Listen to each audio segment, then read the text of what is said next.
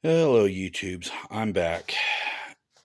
I know it's been over a year since I posted my last video. I've had a lot going on between the house, the family, life in general. Um, just recently had a subscriber ask me about the emission system or smog system on the old 300 inline on my 1986 F-150. So I've got the air breather removed from the carburetor. Right there is the smog pump. These two hoses are for the heater core. So let me see if I can get this moved out of the way here. So smog pump, and I'm working in optimal lighting. Okay, so back of the smog pump has one tube coming off of it here at the back, and I'm trying to see what I'm doing while also looking at the camera. I'm doing this off of my phone right now. I'm hoping this works. I really need to get a better camera. So there's the back of the smog pump, single tube coming off of it. A lot of this is still crushed in. The truck is still damaged. The reason why I haven't done any work to this truck is because I'm still trying to track down a replacement frame for it. The frame is bent. So I need a replacement frame for it. I also need a garage I can work out of. The garage at my house right now is completely chock full. Plus, I share it with two other people. So I'm hoping this coming springtime I can get into a position to where I can actually build onto the back of my current little tiny garage and finally have space where I can finally bring this home. It's currently sitting in the storage unit, and I should be able to actually start working on it because I really do want to get this engine refired back up again one final time before I start stripping the truck down for a massive rebuild. So back of the smog, that tube runs down and runs all the way back to the AIR outlet down to the catalytic converter. So that runs all the way down to there. I'm trying to see, I haven't monkeyed around with this a whole lot.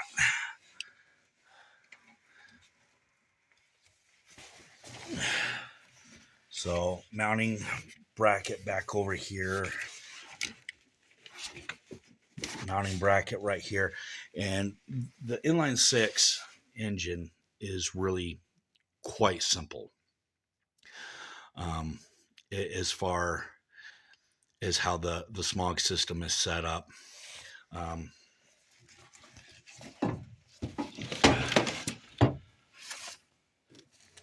Back here at the back of the engine, you can see right there underneath the exhaust manifold, there's another tube that runs down. That one, I do believe, runs up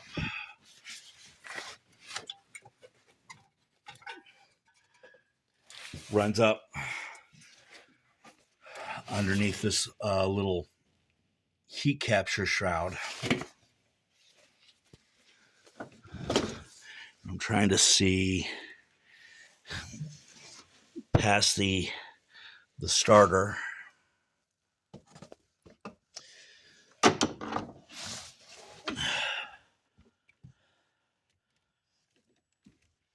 So I see the AIR tube down there, just below that heat exchanger. I'm not entirely too sure what that actually is. There's the exhaust pipe itself coming off of the the manifold leading down.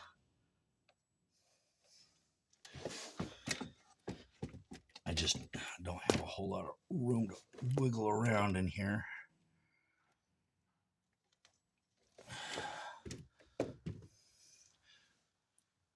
So there's that. This was originally built as a California compliant engine, so it's got the Carter YFA carburetor. It does not have the federal standard YF carburetor on it, because if it had the federal standard carb on it, you wouldn't actually need a lot of this emission stuff. More than half of this is really not needed. And as far as the emissions routing,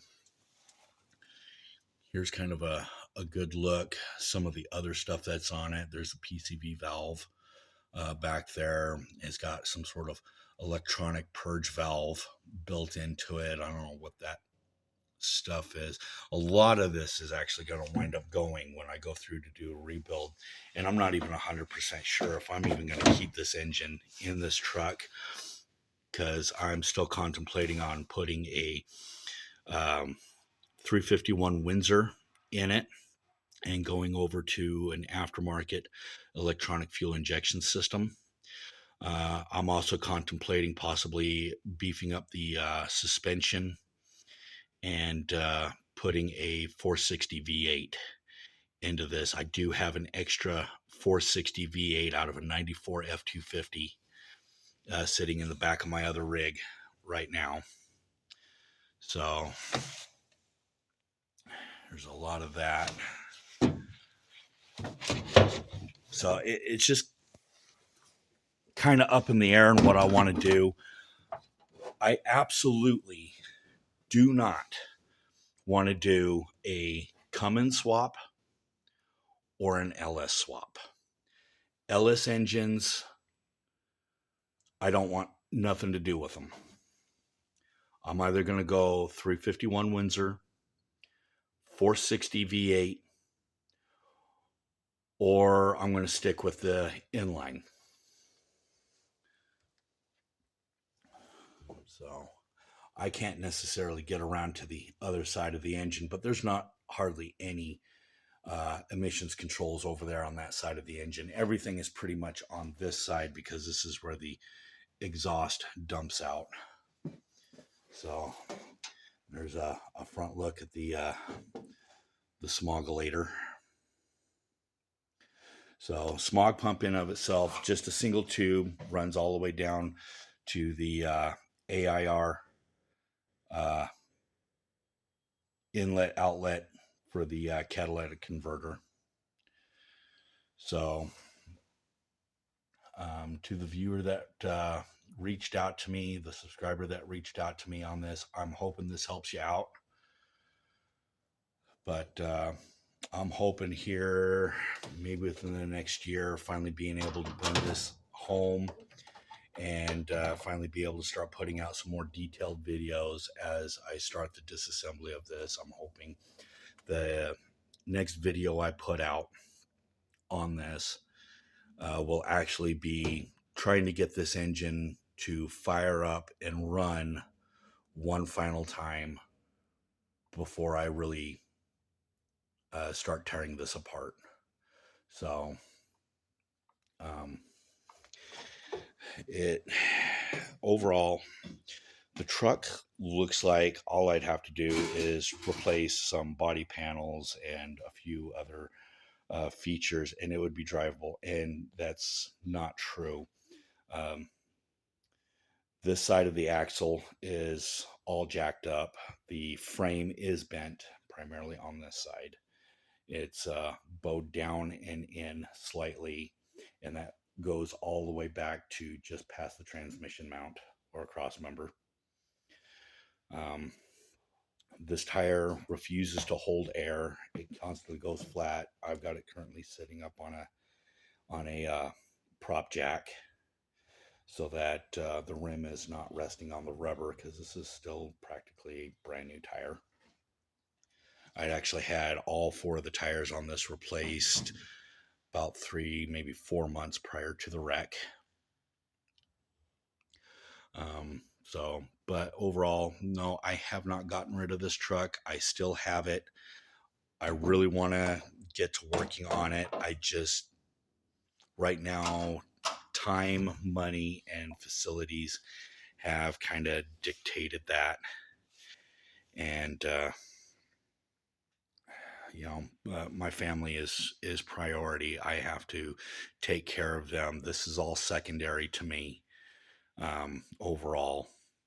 So, as time moves on, I still have been gathering some parts together for this, but I've been primarily concentrating on not only taking care of my family, but also working on improving my property to where I can finally bring this home and really start working on it in an enclosed, safe environment. Because, quite frankly,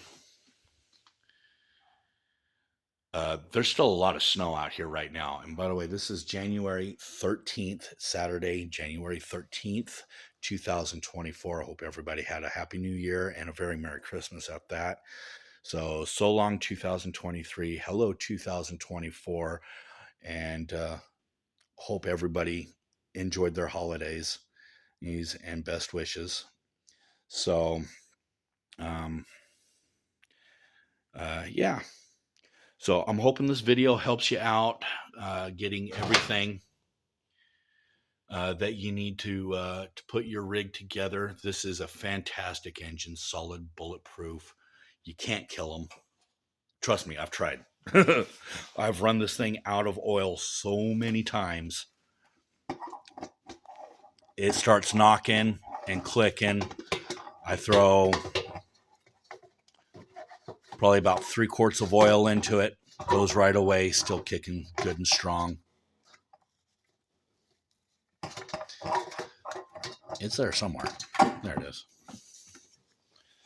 So put the air cleaner back on it, help try and keep the critters out of it.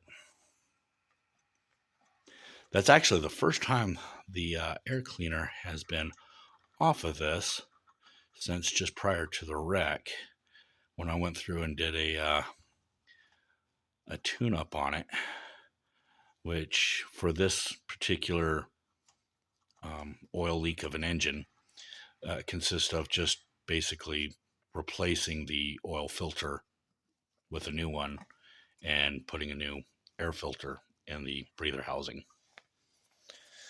So, sorry I couldn't really get underneath this thing. I just don't have a whole lot of space in here to work with. And on top of that, the fender being smashed in